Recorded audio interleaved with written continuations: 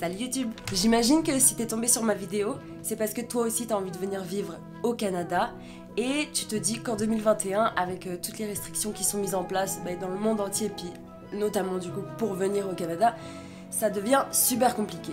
C'est pas faux, par rapport aux autres années précédentes, c'est sûr que c'est bien plus difficile, il y a plusieurs étapes à passer et on va en parler justement ensemble.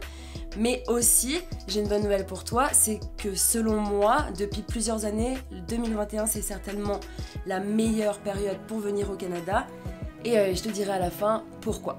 Déjà, on va juste parler du PVT, ok? Le permis vacances-travail que tu peux appliquer de tes 18 ans à tes 35 ans. Moi, ça fait 2 ans que je suis au Canada sur un PVT. Là, je suis en train de faire un nouveau visa. Et donc, évidemment, forcément quelque chose que je connais bien. Le PVT, ça change rien d'habitude. Faut s'inscrire sur le site internet. Je vais te mettre tout ça en barre d'infos. Et puis, il faut juste attendre d'être tiré au sort. Le bassin 2021, il a ouvert le 21 mars, quelque chose comme ça. Bon, en tout cas, c'est ouvert, donc tu peux t'inscrire et ça, il n'y a pas de limite dans le temps, même si les invitations ont déjà commencé à être envoyées, tu peux encore t'inscrire et ça se fait au tirage au sort.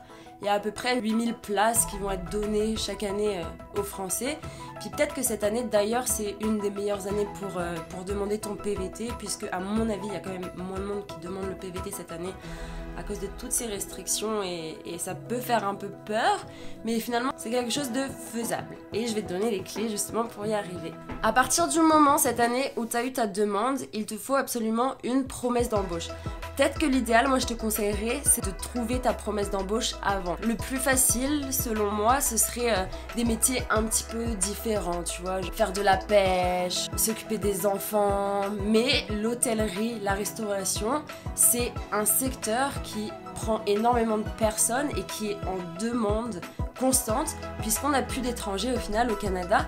Et généralement, dans l'hôtellerie-restauration, c'est quand même beaucoup d'étrangers qui travaillent, en tout cas les petits boulots, et on a énormément besoin d'étrangers, mais on n'en a pas beaucoup.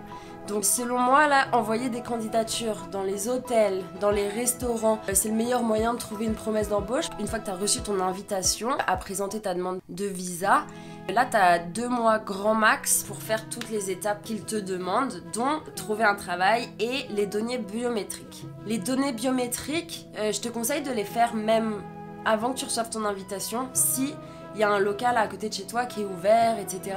Parce que ça, en ce moment-là, il y en a trop qui sont fermés et ça peut te demander beaucoup trop de temps. Et des données biométriques, je crois que ça reste jusqu'à 10 ans. Donc ça, le plus tôt que tu le fais, le mieux.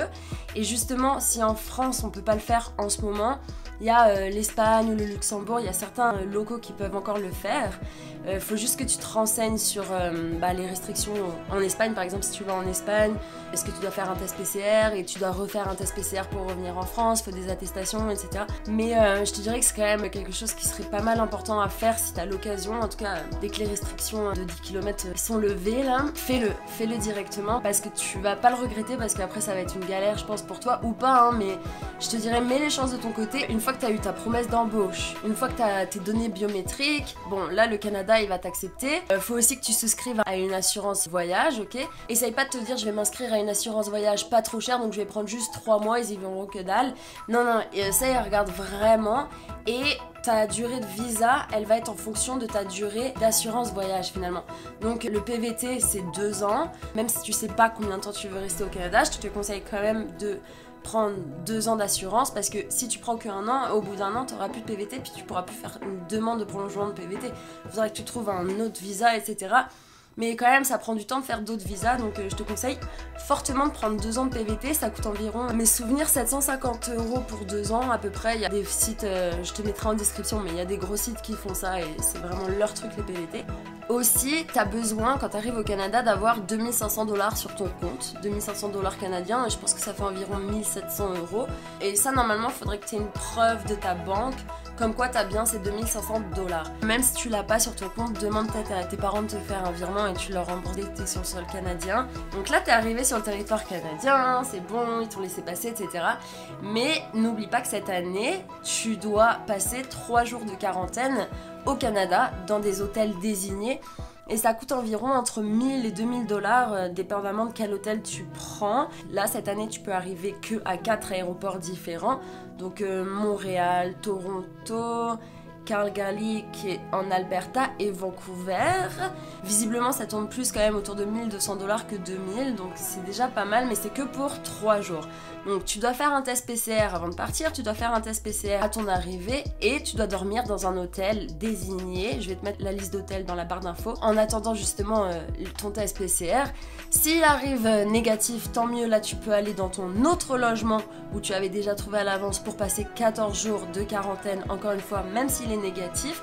Ça c'est obligatoire et là t'as même pas le droit de sortir, t'as même pas le droit d'aller faire des courses, tu dois tout faire livrer chez toi. Si ton test il est positif, là ils vont t'emmener dans un centre médical canadien où tu vas passer aussi 14 jours sous surveillance. Ça va être 2 semaines à peu près longues et qui vont te coûter très cher, on va pas se mentir. Mais la bonne nouvelle aussi, c'est que dans tous les cas, tu avais déjà forcément trouvé un travail avant de venir, donc juste après tu vas pouvoir retravailler. Et ici au Canada, on est payé toutes les 2 semaines, donc ça fait pas aussi mal que tous les mois, même si t'as plus trop d'argent à la fin de ta quatorzaine. Juste 2 semaines après au maximum, tu auras encore une nouvelle paye qui va arriver, donc ça c'est plutôt pas mal, c'est plutôt des bons points. Moi je te disais en début de vidéo que je pense que c'est la meilleure année pour partir au Canada, 2021.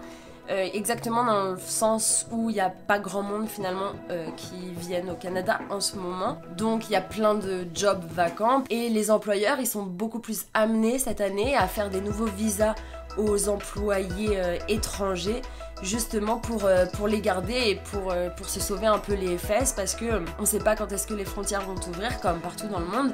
Donc je pense que c'est quand même une belle opportunité dans le sens où la plupart des gens quand même quand on va au Canada, même si on sait pas trop ce qu'on va y faire, même si on sait pas trop si on va aimer, si on va supporter l'hiver qui d'ailleurs n'est pas aussi difficile qu'on puisse l'imaginer, quand même un pays où la majorité d'entre nous, voire quasiment tout le monde, décide de rester et ou en tout cas aimerait tellement pouvoir rester encore quelques années et peut-être même y faire sa vie, parce que c'est un pays où tu t'y sens juste bien, où t'es bien accueilli et donc ça vaut vraiment le coup de passer par toutes ces étapes cette année. Ça peut paraître beaucoup, il faut juste que tu reçoives ton invitation, que tu remplisses tes papiers, que tu ailles faire tes données biométriques, que tu trouves une promesse d'embauche et que tu fasses ta quarantaine. Donc finalement, ça peut paraître énorme, mais quand tu regardes de plus près, une fois que tu auras fait toutes ces étapes, tu te diras bon bah ça va finalement, et puis maintenant je suis au Canada pour 2 ans, j'ai un job, etc. J'espère que j'ai pu bien te guider, j'espère que j'ai répondu à peu près à tes questions. N'aie pas peur, fais-le, fonce, ça reste quand même une bonne année pour le faire, et quand même vivre au Canada aujourd'hui c'est quand même plus agréable que vivre en France. On a moins de restrictions, il y a moins de personnes, donc il y a forcément le Covid qui est un petit peu moins présent et on en parle quand même moins ici, donc c'est moins étouffant. Voilà.